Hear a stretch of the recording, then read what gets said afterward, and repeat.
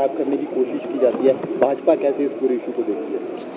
देखिए, इस सारे मामले को लेकर के हम पहले भी बड़ा स्पष्ट कर चुके हैं। मैं कल भी जो मीडिया के कुछ साथी आए थे मिलने, उनसे बात की है।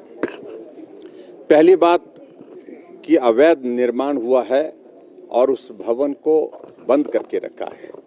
वहां जाने की अनुमति किसने दी है, किसके साथ वो गए, और ये सहज रूप से नहीं हो सकता है। हम समझ सकते हैं कि ओवैसी एक ऐसी पार्टी के नेता हैं जिस पार्टी के एकमात्र लक्ष्य है कि भारत में इस प्रकार के हालात पैदा कर दिए जाए, कम्युनिटी कन्फ्लिक्ट पैदा किए जाए, और हमेशा इस तरह के वो बयान करते हैं, इस प्रकार के काम करते हैं। और उनका नेता यहाँ आकर के उस मस्जिद में जाकर के अंदर वीडियोग्राफी करता है। और मेरा तो ये मानना है कि ये वहाँ के कुछ लोगों के सहयोग से ही संभव हो पाया है। जो वहाँ नज़दीक रहते थे, वो जो लोग वहाँ उसके अंदर रहते थे, उनके सहयोग के बिना संभव नहीं है।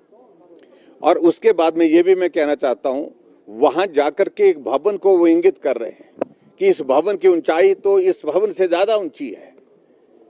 उनको ये मालूम नहीं है कि इस मस्जिद के निर्माण को अवैध बताया गया है, ये स्थापित भी हो गया है, लेकिन जिस भवन का वो जिक्र कर रहे हैं, हो सकता है उसकी प्रॉपर परमिशन हुई है, और प्रॉपर परमिशन बनने के बाद भवन जो है वहाँ पर बन करके तैयार हुआ है, जबकि इसकी परमिशन नहीं है। बात सिर्फ ये है, वैध और अवैध की बात है।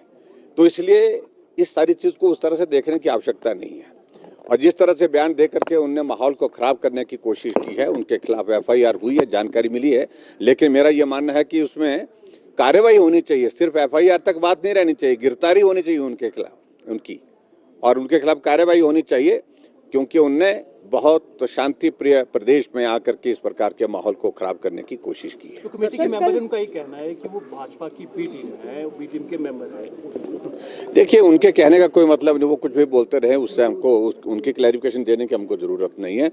लेकिन जिस बात का हम जिक्र कर रहे हैं, हम यही कह रहे हैं, भवन अवैध होंगे, और जिस तरह का वो जिक्र कर रहे हैं कि हज़ारों हैं, बहुत सारे हैं, उनको इंडिविजुअल कैपेसिटी में देखा जा सकता है, लेकिन इस अवैध निर्माण के संदर्भ में अब पूरे हमारे शिमला और पूरे हिमाचल प्रदेश की भावनाएं जुड़ गई हैं।